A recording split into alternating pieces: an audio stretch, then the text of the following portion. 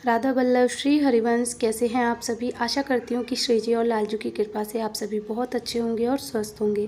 Friends, आज की video में आप सभी के साथ में शेयर कर रही हूँ मोहिनी एकादशी की सरल पूजा विधि।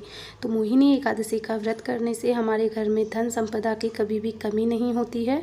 इसी के साथ जो भी व्यक्ति मोहिनी एकादशी का व्रत करता है उसके रूप और सौंदर्य में भी निखार आता है।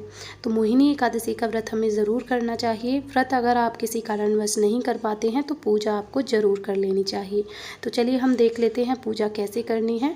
तो सुबह ब्रह्म मुहूर्त में जल्दी उठकर आपको स्नान करना है। स्नान इत्यादि करने के बाद में आप भगवान सूर्यदेव को जल अर्पण करें। उसके बाद तुलसी माँ को जल अर्पण करें। एकादशी के व्रत में भगवान श्री हरि विष्णु जी का पूजन किया जाता है। इसके अलावा आप उनकी किसी भी स्वरूप की पूजा कर सकते हैं। फ्रेंड्स, इस बार की जो एकादशी है वो गुरुवार के दिन पड़ रही है, तो इस एकादशी का महत्व और भी ज़्यादा दोगुना हो जाता है। तो आप याद रखें कि आप जब स्नान करें तो अपने स्नान के जल में आप हल्दी थोड़ी सी मिला करके स्नान करें। साथ ही जब आप लड्डू गोपाल जी को स्नान कराएं तो उनके जल में भी आप थोड़ी सी हल्दी डाल कर ही उन्हें स्नान करवाएं। इसके बाद आप इस दिन लड्डू गोपाल जी को पंचामृत से या कच्चे दूध या दही से स्नान करवा सकते हैं। स्नान करवाने के बाद में हम लाला को सुंदर सी पोशाक धारण करवाएंगे और आप इन्हें इत्र सेवा भी दे सकते हैं। ये जो स्नान का जल है आप इसे प्रसाद स्वरूप ग्रहण भी कर सकते हैं, नहीं तो आप पेड़ पौधों में भी डाल सकते हैं।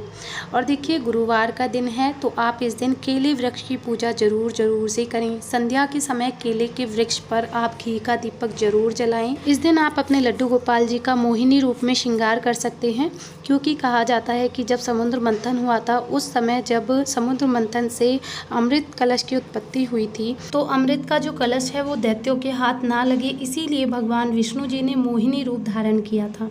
तो इसीलिए हमें लड्डू गोपाल जी को मोहिनी रूप में उनका श्रृंगार ज़रूर करना चाहिए। ऐसा करने से हमें रूप की प्राप्ति होती है।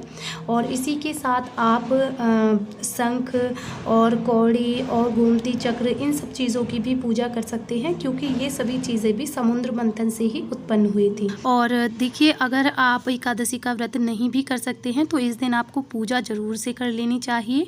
और एकादशी व्रत करने में कुछ नियम होते हैं जिनका पालन हमें ज़रूर करना चाहिए। मैं आपको अपने हर एक वीडियो में बताती हूँ कि एकादशी व्रत के जो नियम है वो एक दिन पहले ही शुरू हो जाते हैं। तो जैसे कि तामसिक भोजन, प्याज, लहसुन, मांस, मदिरा, शराब का सेवन करना, ये सारी चीज़ें हमें नहीं करनी चाहिए। और इसी के साथ में ब्रह्मचर्य का पालन हमें पूर्ण रूप से करना चाहिए। और उसके बाद जब भी आप एकादशी का व्रत करें तो उस दिन आप ध्यान रखें कि इस दिन किसी की भी आप निंदा, चुगली, बुराई ना करें और किसी को भी ऐसे कटु वचन ना बोलें जिससे कि किसी को कष्ट हो। और पूरा दिन आप जो है भजन कीर्तन में और भगवान श्री हरि विष्णु जी के नाम जप में ही व्यतीत करें। आप इस दिन पूरे दिन ओम नमो भगवते वासुदेवाय या फिर जय श्रीमन नारायण मंत्र का जप कर सकते हैं। और इस तरह से आपको अपना पूरा जो दिन है वो व्यतीत करना है। इसके बाद देखिए, मोहिनी रूप में हमने लाला का सुंदर सा श्रृंगार कर दिया है। अब इसके बाद में हम लाला के हाथ में जो है अमृत का कलश देंगे। तो आप तांबे, पीतल, किसी भी धातु में कलश ले सकते हैं। उसमें हमने गंगा जल भर दिया है और ये मैंने यहाँ पर ग्लू लिया है। ग्लू की सहायता से हम ये कलश लाला के हाथ में देंगे। तो इस तरह से आप भी छोटा सा कलश लेकर लाला के हाथ में दे सकते हैं। ये अमृत कलश कहलाता है। और इस तरह से देखिए लाला कितने सुंदर लग रहे हैं। अब हमने तिलों का आसन देते हुए भगवान गणेश जी को विराजमान किया है। तो एकादशी का व्रत है तो इसीलिए अक्षत का प्रयोग हम नहीं करेंगे, क्योंकि चावल एकादशी में वर्जित माने जाते हैं। उसके बाद में भाव रूप में भगवान गणेश जी को स्नान करवाया है और फिर हमने धूप दीप प्रज्वलित कर लिया है। उसके बाद में हम चंदन से, रोली से तिलक कर देंगे लाला को और भगवान गणेश जी को। साथ ही में हम दिए का भी पूजन कर लेंगे और इसी के साथ हम अक्षत की जगह पर तिल समर्पित कर देंगे। और थोड़े से तिल आप दिए में ज़रूर डालें, क्योंकि ऐसा कहा जाता है कि जितना तिल चटकते हैं उतना ही हमारे कष्टों का निवारण होता है। उसके बाद में हम फूल समर्पित करेंगे। तो लाल रंग का फूल हमने भगवान गणेश जी को समर्पित कर दिया है और पीले रंग के फूल हम लड्डू गोपाल जी को समर्पित करेंगे। आप यहाँ पर भगवान श्रीमन नारायण के किसी भी शव की पूजा कर सकते हैं। तो जो भी पुष्प आपको मिल जाए आप वो समर्पित कर दें। साथ ही में दिए का पूजन करेंगे तो अग्निदेव को भी हम पुष्प समर्पित करेंगे। तो इस तरह से हम सभी को को फूल समर्पित कर देंगे। इसके बाद हम कलश में भी पुष्प समर्पित कर देंगे और फिर इसके बाद हम भोग समर्पित करेंगे। तो सर्वप्रथम हम भगवान गणेश जी को भोग समर्पित करेंगे, उसके बाद हम भगवान विष्णु जी यानी कि लड्डू गोपाल जी को भोग समर्पित करेंगे। भगवान विष्णु जी को आप जो भी भोग समर्पित करें उसमें आप तुलसी पत्र जरूर रखें, क्योंकि तुलसी पत्र के बिना भगवान विष्णु जी, लड्डू गोपाल जी कोई भी भोग स्वीकार नहीं करते हैं। आप मौसमी फलों का भोग लगा सकते हैं, किन्हीं भी ठंडी चीज़ों का भोग लगा सकते हैं, क्योंकि बैसाख का महीना है तो भगवान जी को ठंडी चीज़ों का भोग आप अर्पित करें। और याद रहे कि एकादशी के व्रत में फलाहार भोग ही समर्पित किया जाता है। इसके बाद जल समर्पित कर देंगे और साथ ही में हमें दक्षिणा भी समर्पित करनी है। दक्षिणा हमारी पूजा में रही कमियों को पूर्ण करती है, तो आप ज़रूर समर्पित करें। इसके बाद में हाथ में फूल लेकर के हम एकादशी व्रत की कथा पढ़ेंगे।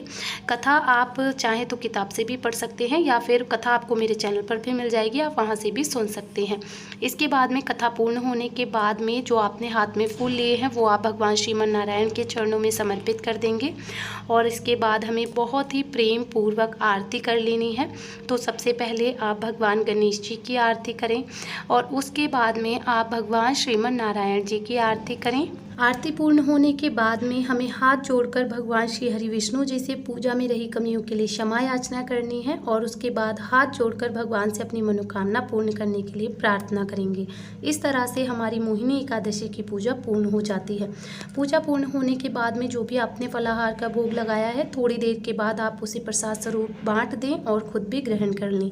जो आपने जल समर्पित किया है उसे भी आप ग्रहण कर लें।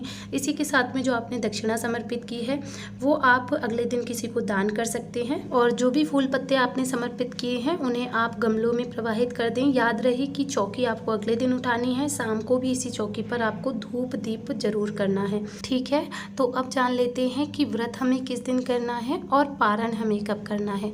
तो देखिए, व्रत हमें 8 मई दिन गुरुवार के दिन करना है और इसी के साथ जो पारण का समय रहेगा वो 9 मई यानी कि दिन शुक्रवार को सुबह में 5:52 से लेकर 8:16 के बीच में आपको अपने व्रत का पारण जरूर से कर लेना है।